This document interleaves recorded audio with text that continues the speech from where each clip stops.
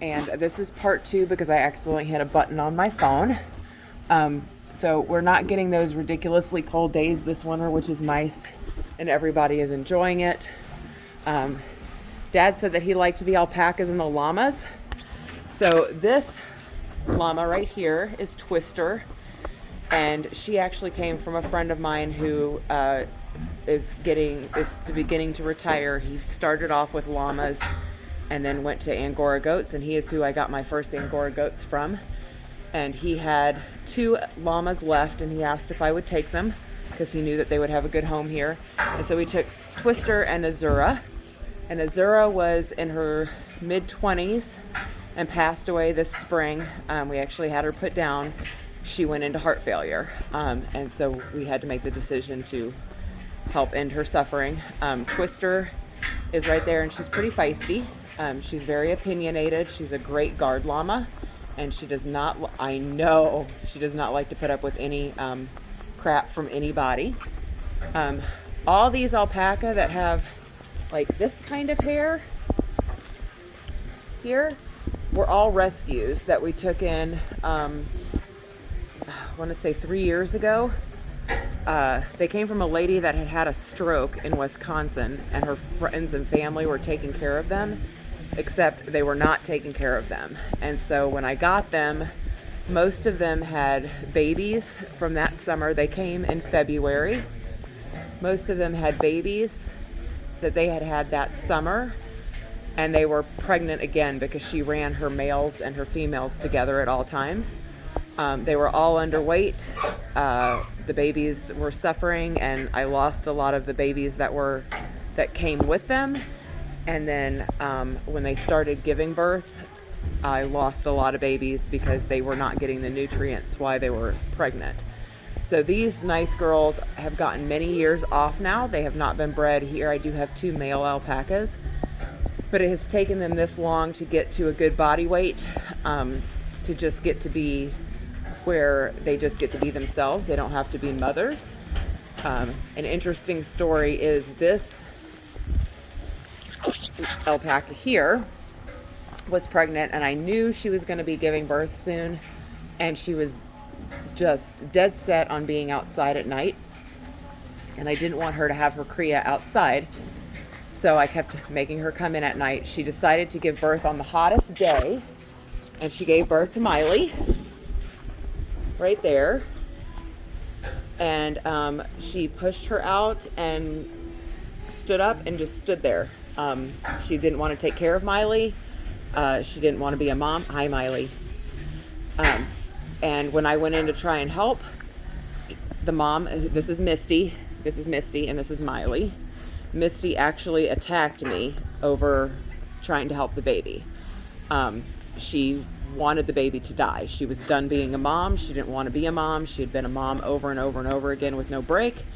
And so I was able to bottle feed Miley, and I got to play an alpaca mom. Alpaca work as a unit, and so she didn't have the mom to teach her things. So she's super friendly, and she finally learned how to be an alpaca. And Misty finally did decide that it was okay to be a mom, because I was helping, so she didn't have to do it all herself. So she and Miley are pretty bonded now. But it took a while for her to get over the situation that she had been in. So they had just been bred, and they just needed a big break. So that's a mother and a neutered son pair. That's JC on the left and Jackson on the right. He was actually one of the survivors. JC came bred with Jackson, and Jackson survived. So we've got that lucky pair. And these are called Surrey, so they grow it looks like human hair when it gets cut. They get sheared once a year, and it gets nice and long and pretty straight. And then we have these fuzzy ones, like Foxy here. They look like a teddy bear, and they're called Wakayas. And they have short, fluffy hair. And then my other llama that got to be the camel in my vet's Christmas pageant is Rollo right here. And Rollo, I got a call from somebody that said that they had, he had been left at a sale barn. He was listed for sale and nobody bought him, and the people that were trying to sell him literally left him tied to a tree at that facility. So we took him in, and he is a great boy. Somebody's trash is my treasure, and he's amazing, and he got to play a camel in the church pageant, and he's a great boy, very sweet, very gentle, and so that's how he got to be here. And when I took in this group of alpaca, there was a total of 25. So it was quite a big undertaking. And they arrived in the morning, and that evening I had rented out my barn to a guy that wanted to propose to his girlfriend. So it was kind of chaotic getting these guys all in and settled and fed and, you know, given the medical attention and the care that they needed really quickly before they came here to do the proposal. So it was quite a busy day, but they all did well. And so that is their story of how they came to be here. Yeah, so that is how we stay warm in the winter. It's long days, we get very tired because being out in that kind of cold is hard. But I'm very grateful that this year we have not had those super duper cold temperatures and that all my animals are doing great. And hopefully that helps. I figured it was a little bit easier to do a video than to try and type it because I'm busy. These two are so cute, so I have to show you these two. This is a mother-daughter pair, and they both have goofy horns. The one on the left is Tatty, and the one on the right is Patty Cakes. And they're a mother-daughter, and they need a nap because they're sleeping standing up.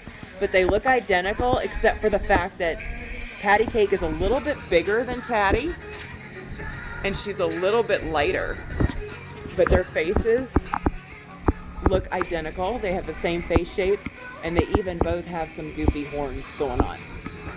So I think that's so cute when they look alike, when you can actually see the family resemblance in the group. So I thought that was pretty neat.